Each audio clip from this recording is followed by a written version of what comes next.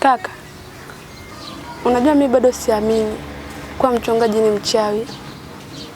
Wewe ulifanya uchunguzi gani mpaka kugundua kwa ni mchawi?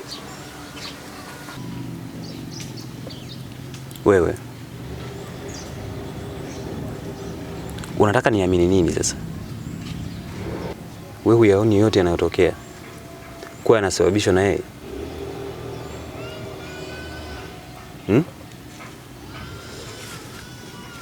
Alafu mimi mwenyewe nilikuwa mgumu kuamini kama wewe. Sasa basi, kuanzia leo sihitaji utoe hiyo migolamba yako kwenda kwa mchungaji wala kanisani. Umenielewa?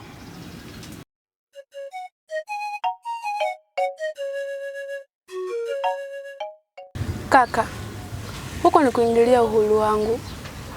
Kwa nini usibaki kwenye njia yako na mimi nikabaki kwenye njia yangu? Ili na mimi niendelee kufanya uchunguzi wangu. Ili niamini mchungaji ni mchawi au sio mchawi. Wewe si ni kichomaji? Ole wako ni kuone sasa. Nitakuvunja hiyo miguu. Unajitia kichwa ngumu. Subiri.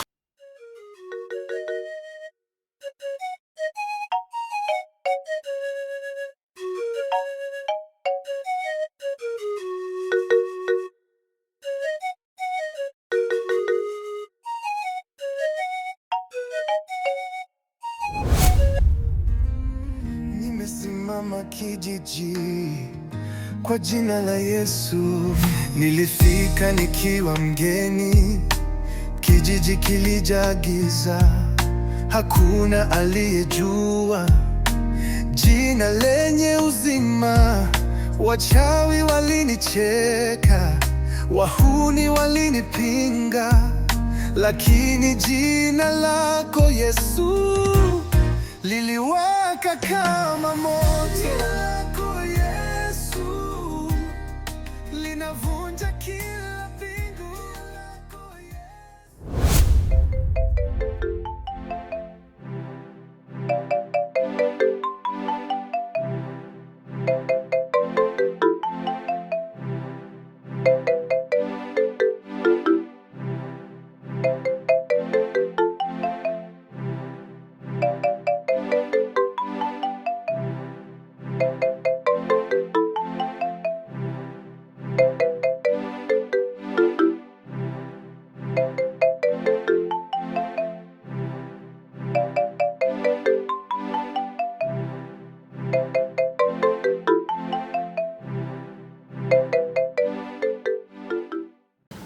Ngolo,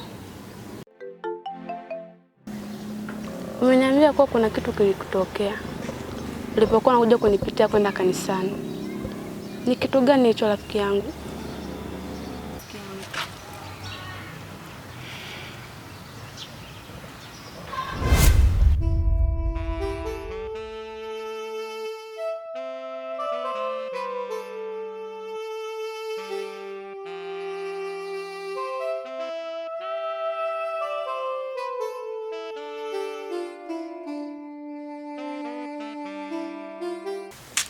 Mama, acha mimi niende kama nilivyokuambia. Sawa mwanangu, mimi sina kipingamizi.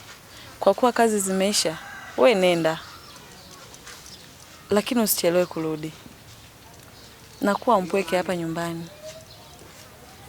Alafu, we ndo kila kitu kwangu. Sawa mama? Usijali.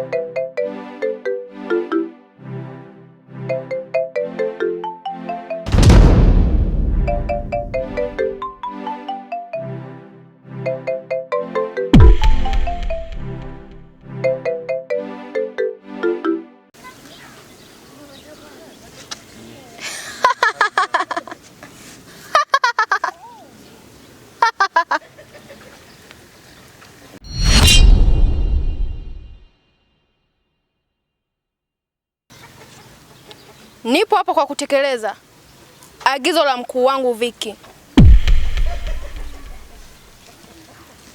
Nitahakikisha waumini wote wa mchungaji wanapata madhara.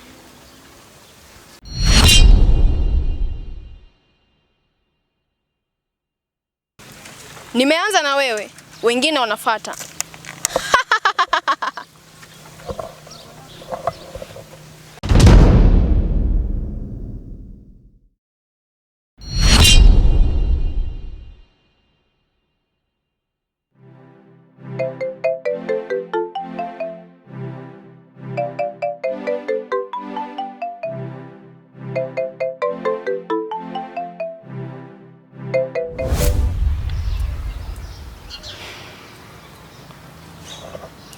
Hivyo ndivyo ilivyokuwa.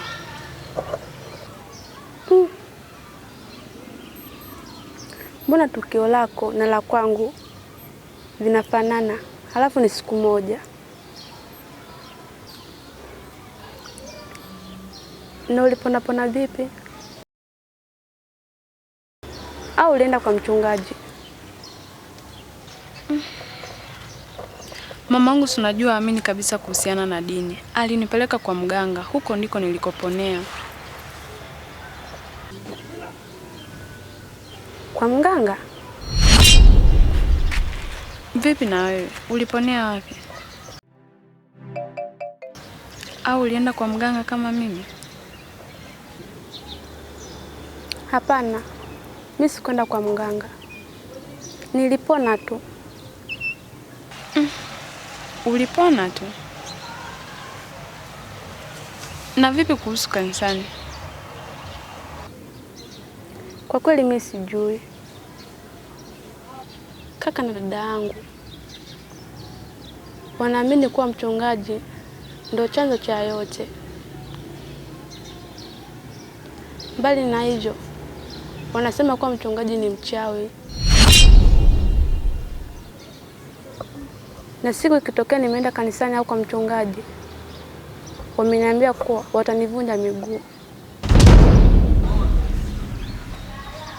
Kwani na wewe unaamini hili?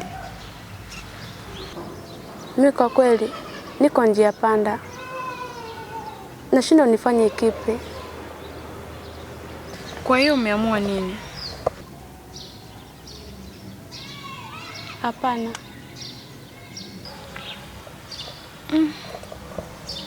Tufanye maamuzi, tusikurupuke rafiki yangu.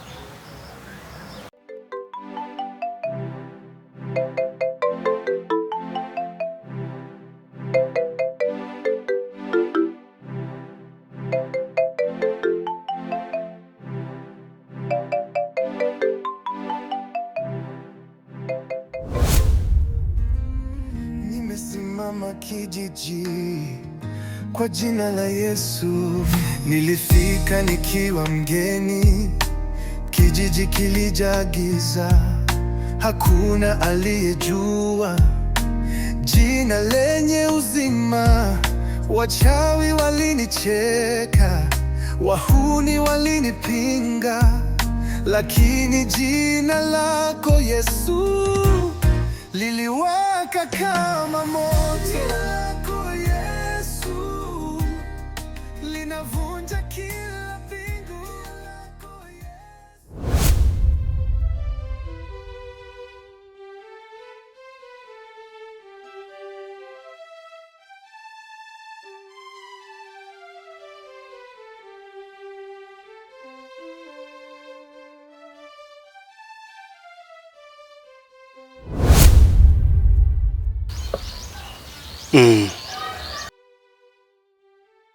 Etumali kasha.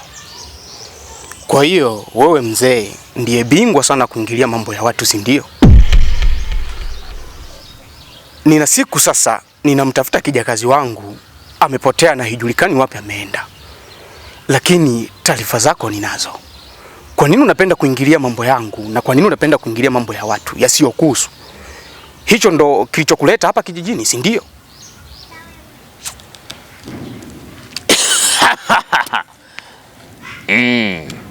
Aha.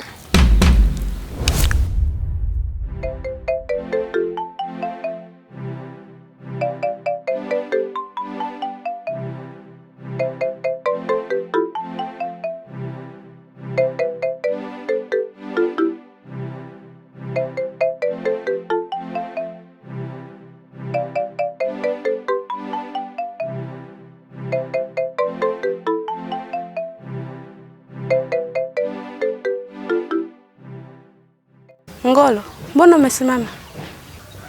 Tausi, najaribu kufikiria, nakosa kabisa majibu. Kwa sababu matukio yamekuwa mengi sana hapa kijijini. Kwa haraka nikifikiria, nahisi kuwa mchungaji anastahili kabisa kubeba tuhuma hizi.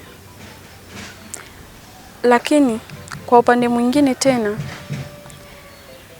kama ambavyo huwa tunafundishwa kanisani, nahisi kuwa tu labda ni hila za shetani. Ameamua kumtumia mchungaji wetu aonekane kuwa ni mbaya. Tunajua shetani ana njia nyingi. Wewe twende. Inawezekana yeye akatupa neno la tumaini. Na kama ni mchawi, tutajua. Hatupaswi kumwamini mtu yoyote. Wewe twende.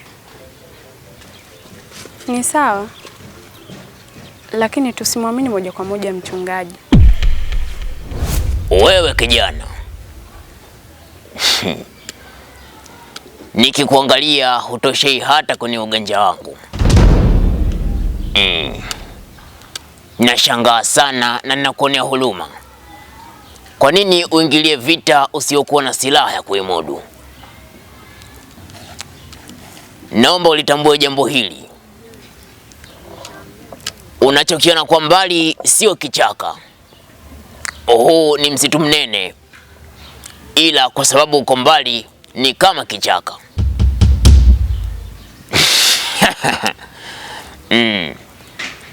Kijana, hizi anga ni zingine kabisa.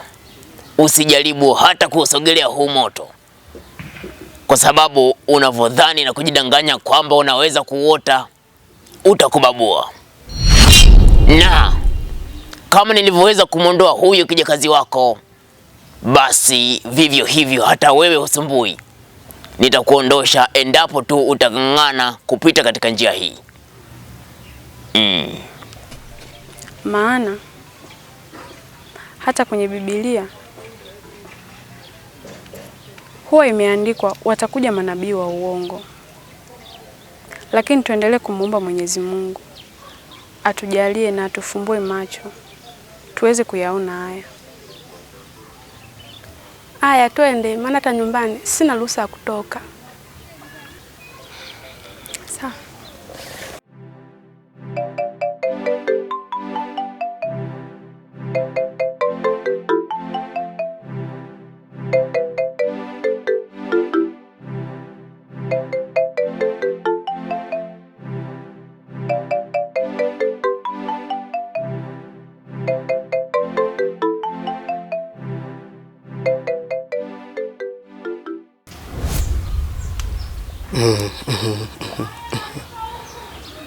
Etumali Kasha,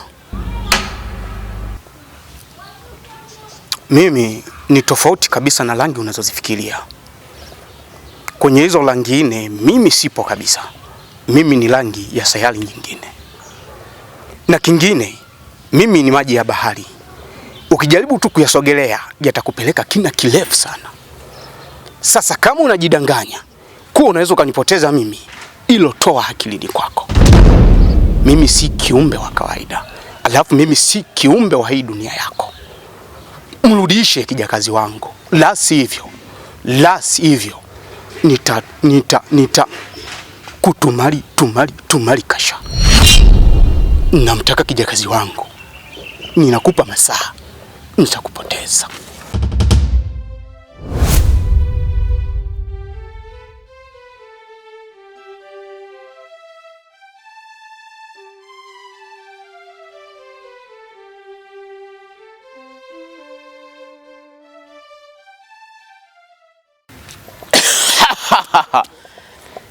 Aha. Huyu kijana mbona na uso mzuri sana, lakini kauli zake haziendani kabisa na uso wake. Alifaa kuwa mstaarabu, ama la angekuwa hata mtumishi wa Bwana, lakini eti anajeuri na anamiliki genge la wapuuzi wachawi wenzake. Hivi ananionaje? Hajui kwamba mimi ni mzee niliyekwepa mishale, tena si mishale tu, nimekwepa mpaka makombola. Sasa ewe upepo, nakuagiza